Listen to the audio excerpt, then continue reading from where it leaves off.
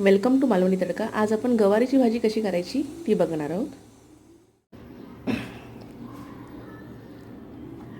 ही पाव किलो गवार घेतलेली आहे।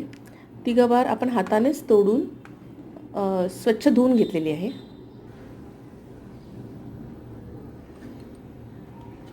हे इथे चणे घेतलेले आहेत, हरभरे। याऐवजी आपण कुठचेही वाटाणे, काळे वाटाणे किंवा सफेद वाटाणे किंवा हिरवे वाटाणे वापरू शकतो।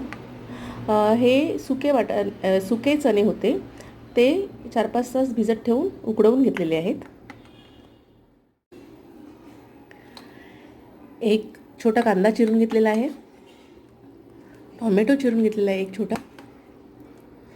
इथे हळद, हिंग, लाल मसाला जो आपण दररोजच्या वापरात असतो तो,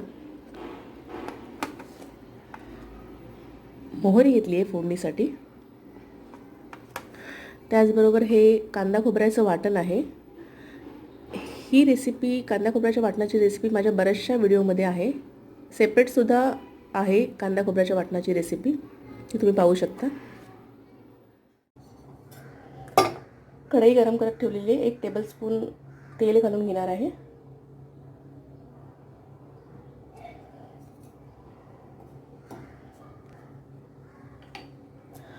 तेल तापलंय, मोहरी घालून घेऊया।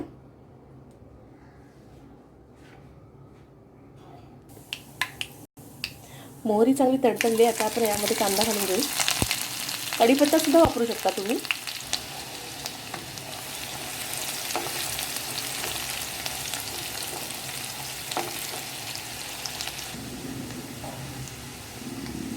मसाला, हळद, हिंग घालून घ्यायची।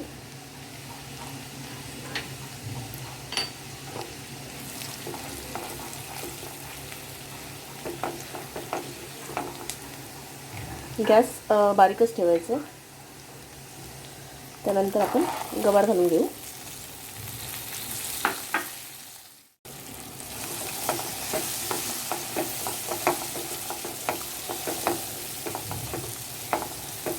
गॅस आता मध्यम करून घेतोय आपण।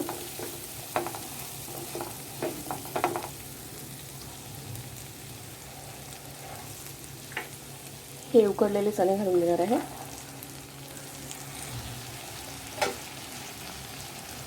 वाटण सुद्धा घालून घेऊ।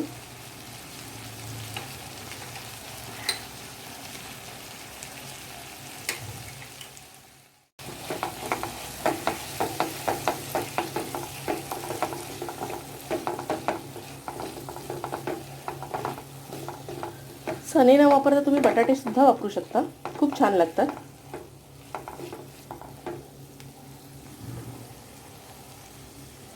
आता मीठ घालून घेऊ।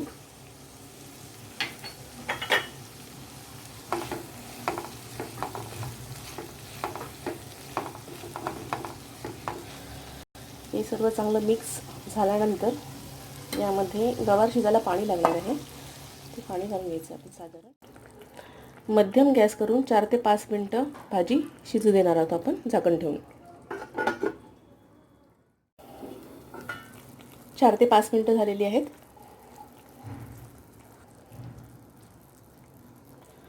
आता आपण टोमॅटो घालून परत ही भाजी 4 ते 5 मिनिटं शिजू देणार आहोत। गवार शिजायला थोडासा वेळ लागतो। काही जण गवार उकडवून सुद्धा घेतात। जर जून असेल तर आपण उकडवून घेऊ शकतो गवार। कोवळी असेल तर काही गरज नाही आहे उकडवून घ्यायची। परत आपण 4 ते 5 मिनिटं शिजू देणार आहोत। भाजी झालेली आहे। शिजली की नाही ती चेक करायची आहे। हे काढून असं प्रेस करून बघायची आहे। आपली भाजी शिजलेली आहे। त्यामध्ये सगळ्यात शेवटी आपण कोथिंबीर घालून घेणार आहोत।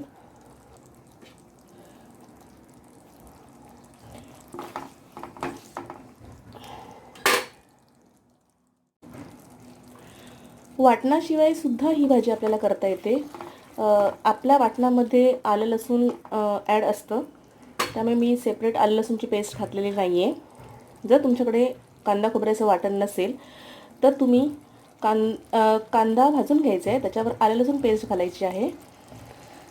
त्यानंतर सगळ्यात शेवटी ओलं खोबरं किंवा सुकं खोबरं असेल तर ते घालून घ्यायचे।